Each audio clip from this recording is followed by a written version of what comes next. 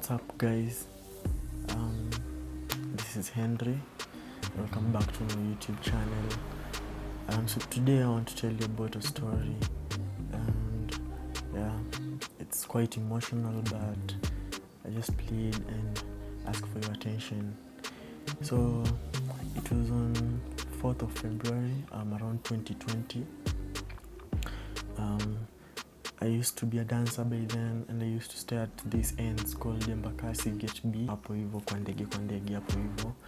And by then I was done with my campus life, and I had a job and I didn't know what to do, so I just got myself into dancing.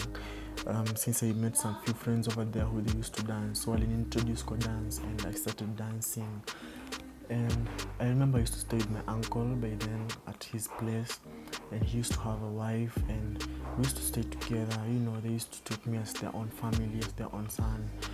And so I started dancing, and this crew was called X Dancers. It's located, it's based at Embakasi. To Kenya Embakasi with X Dancers, definitely you know what I'm talking about. So I started dancing. I used to go for training, tutorials and all that. I used to wake up in the morning at 6 just to go for training, you can imagine. So where I used to train, it was some certain flat, Gorofa Flani.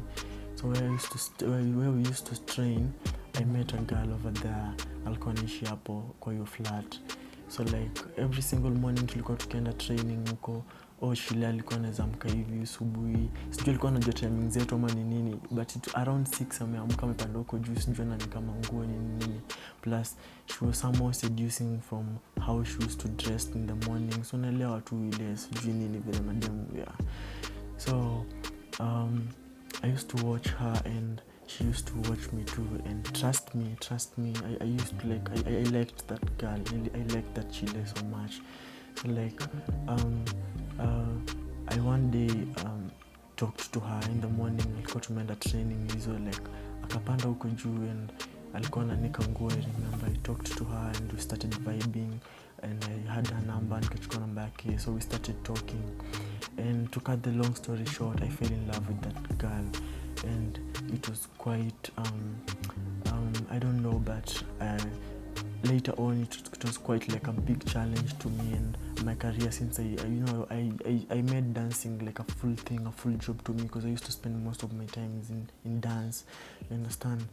So we used to be going for gigs, and by the way dance took me places. Mi sikuwa nimeenda places mingi by the way me I'm from coast, sasa unajua sikuwa nimeenda places mingi, but dance took me places. Nilikuwa naenda Kawangware, like sijui nikaenda Athi River huko, sijui Kitengela, Meru, like it took me places, so many places because of gigs.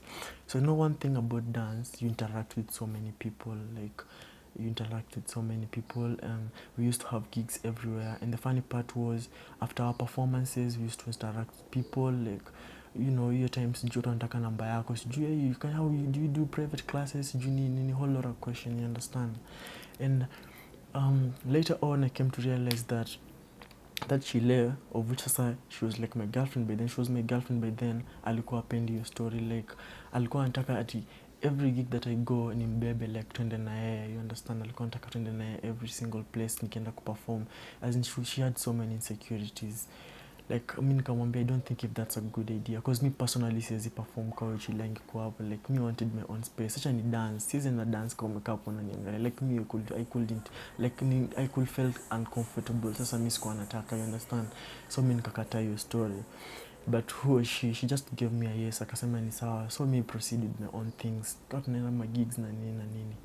So as time went, udem like alikuwa ananiambia nataka to move out, like tuanze kuishi na yeye, and akafanya hiyo story like she was so much persistent about that story, because alikuwa ananipea pressure like, hey babe, me want us to move out, tuanze kuishi wote, sijui nini. Me was like, at the moment I'm not that stable, so I can't just move out, na mimi sikuwa na hizo plans, because dance was not that much paying by then due to COVID, so ilikuwa tu hatuna gigs mingi, you understand. So kwa na do, but that Chile was like, no, me I'll support you, we'll just start by buying few households, tuhamie hata bedsitter, we start from there. And as to me, I just thought that maybe she has a good idea, so nikasema we can just try. So that girl was very serious by the way. The next day nimelala hivi nimeamka, so I had a knock at the door. Nikienda hivi ni yeye amekuja amebuy like amebuy basins manini, ameshaanza kubuy household. I was like, wow, okay, so it was this serious. So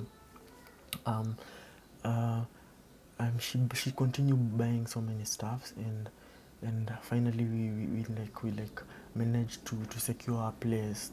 And yeah, and I had some savings, nikalipa deposit and rent, and yeah, we started moving those new things that girl had bought kwa hiyo nyumba. So tukaanza tukaziweka hapo, like, you know. And yeah, slowly by slowly we bought mattresses, we bought a TV, nini, and you know, we started staying, you understand. So we had our own place, and I communicated with my uncle about it, since he was like a dad. Nilikuwa naishi naye, nikamwambia it's high time I feel like I need to move out and start my own life, and maybe yeah. And he was like, it's okay, when you need support, when you need anything, you can just hit me up, son. I was like, okay dad. So tukamove in now, dem tukaanza kuishi pamoja, tukaanza kuishi wote. Man, that was my worst experience. And for real, this I'll just say this in front of a camera, I wouldn't want to move in with any girl, even if I'm dating, like even if I get to date a girl, right, I wouldn't want to move in as soon as now, as you know. That was the worst experience, because it reached a point you had so many misunderstandings, you understand, so many misunderstandings. And fuck, it was just hectic, like, you know. I can't bring friends around, I can't just hang out with anyone, like ilikuwa tu story mingi, like every single time, you understand. Nikienda gigs nikirudi late, them was like, hey babe, sijui nini, you've just gone there, I know you've been flirting with girls over there. Like that girl, that chilo was so much insecure with me, you understand. Like alikuwa anataka kunipa, she was just every time on my neck. And that's something like, it was really eating my head up, and as in I didn't like anything about it.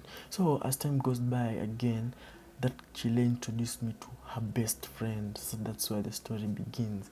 She introduced me to her best friends. I can't really recall her name, ni kitambo, but naweza kumbuka while I'm continuing this video.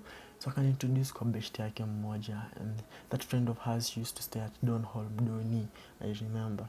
And there was this day tulikuwa tumekosana na udem vibaya sana, and she decided to go back to her parents' house, and she didn't even want anything to do with me. So akaanza kuambia huyo best friend wake everything about us. And the funny part is that friend of hers, she like requested my number, she requested for my number from her. And she used to talk to me, akanipigia simu that day, I remember, and she was like, hi Henry. I was like, hi, who's this? Akaniambia ni beshte ya Lucy, and please can I talk to you about Lucy? She has been telling me any stories about you, that you are mistreating her, you don't give her time, attention and all that, you just go out without talking to her, you flirt with girls and all that. I was like, yeah, I've been having misunderstandings with Lucy, but at the moment, I don't think if I'm comfortable talking my issues with her, telling you everything that is going on between me and her, I'm not comfortable kukuambia hiyo story. So that she was like, it's okay, you can take your time. So as time went by, Odem alikuwa ananipigia simu like every day, like kila siku ananipigia simu, anataka kuniongelesha nini na nini. So like the funny thing is that girl, it reached a point that girl fell in love with me, you understand. The friend of Lucy, the best friend, fell in love with me. She used to like how I used to talk to her, hiyo kunipigia simu, trying, you know, because I felt like she was up to something, and yeah, that girl was up to something. So as time goes by, that girl fell in love with me. Mi nadhani bana women alikuwa anatetea best friend wake, you know, she was fighting for her best friend relationship, but no, kumbe that girl had her own intentions. Kumbe that girl used to like me, because that Lucy used to send that girl my pictures and telling that girl everything about me, you understand. So that friend of Lucy fell in love with me, akaanza kuniambia, hey, I'm sorry to tell you this, but I'm fell in love with you, and for the first time I don't want to care about Lucy, I don't want to care about anyone. Henry, you're the one that I want, you're the one that I love. I know it's crazy, you're my friend's boyfriend, but I just got to love you, and I just want to be with you, and I'll do whatever it takes, anything, just to win you. I don't care about Lucy, I don't care about my friendship with Lucy, I don't care where I came from with Lucy, but I just want to be with you. Hey man, that was crazy. Like That was very, very crazy, you understand?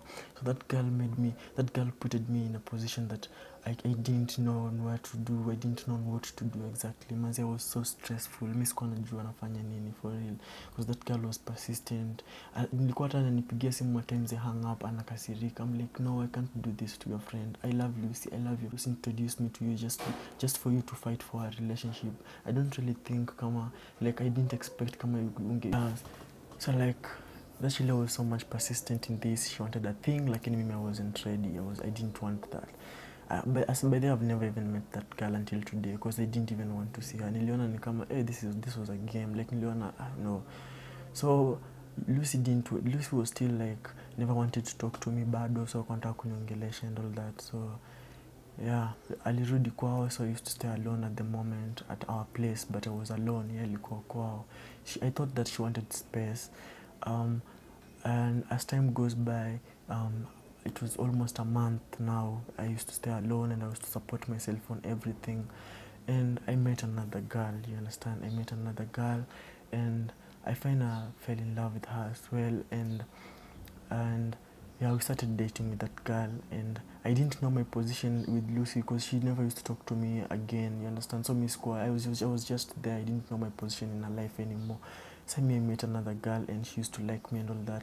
I decided to give it a shot. Not really dating, but I just decided to give it a shot. So this day I invited that girl over at me and Lucy's place. So dem akakuja. I remember that day as yesterday. Fuck man. Dem akakuja, and that Chile wanted to sleep over at our place.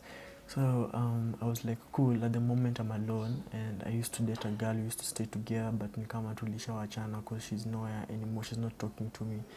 So I explained everything to that girl, and that girl was cool. And that day she came to visit. She wanted like alcohol, like she wanted to sleep over, and I was like, okay with it since I was alone. So them akakuja for sleepover, and I remember that day we cooked supper, tukakula na nini, you understand? And yeah, unfortunately wifika saa 5 and we were decided to sleep because it was running late, and so tukalala. And trust me, this was the day I'll never forget. This what happened. Ilifika around 3 a.m. saa tisa usiku, and I had a knock at the gate, and I was like shocked. Who might that be at this time of an hour? I was shocked, and I had a girl inside the house. So I went and peeped at the window. I saw no one, and I was like, who might that be? Is it a ghost? So I had so many questions. The chile I was with in that house, you see, that girl, I was like, oh, nani anakuja saa ile? I was like, I don't really know. I had no idea. So I decided to open the door, but that chile was persistent. Alikuwa ananiambia like, don't open, usifungue kama you don't know who that person is, usifungue, maybe they are robbers nini. I was like, I was so confident, nikasema no, there's no need, let me open. I was so confident, nikafungua mlango. So kufungua, surprisingly, it was Lucy at the time of an hour. It was Lucy at 3 a.m. saa 9 usiku. Man, I went crazy, and I had a girl inside our place. I went crazy. Lucy came there. She was quite drunk, and I remember she had carried along like 6 cans of Smirnoff vodka. I remember a Smirnoff, like maybe a Smirnoff sita, bro, like 6 cans of Smirnoff. So she was like, yeah, intentions zake zilikuwa maybe akuje, we try to make out na you alikuwa maybe amelewa, maybe try to solve things out. But the funny thing is, me, I had a girl inside, you understand? Lucy akawa na insist ingie kwa nyumba. Mimi nikawa nakataa since nilikuwa na msichana mwingine kwa nyumba. So that girl was very violent. Akapiganisha hizo makans chini. So 2 cans zikapasuka. Like she went crazy. I want to get in. Who is that there inside with? She was persistent, man. So I couldn't know how to manage her or how to handle her. Akanisukuma, akafungua mlango, akapata niko na chile ndani. That girl went crazy. She wanted to fight. Kumbe you have a gun inside nini. Oh my. You know what? So you know what happened? Lucy decided to take everything that she had bought me, everything that we had bought for each other. Manze, dem alichukua everything. basins nini, imagine ni saa 9 usiku, that Chile took everything that she had bought for me, you understand, that she had bought for us. Akachukua basins, duvet, akachukua hadi bed sheet yenye nilikuwa you know, like it was so embarrassing to that girl and me. Like I was like, babe, I was like, Lucy, please stop this, let's just come tomorrow we talk. Hakuwa anataka kuelewa for real. Nipe vitu zangu. She was so much dramatic and violent that day. Akachukua everything that she bought to me. So for years there, she bought me a 2 burner gas, akachukua duvet, everything. She even threatened to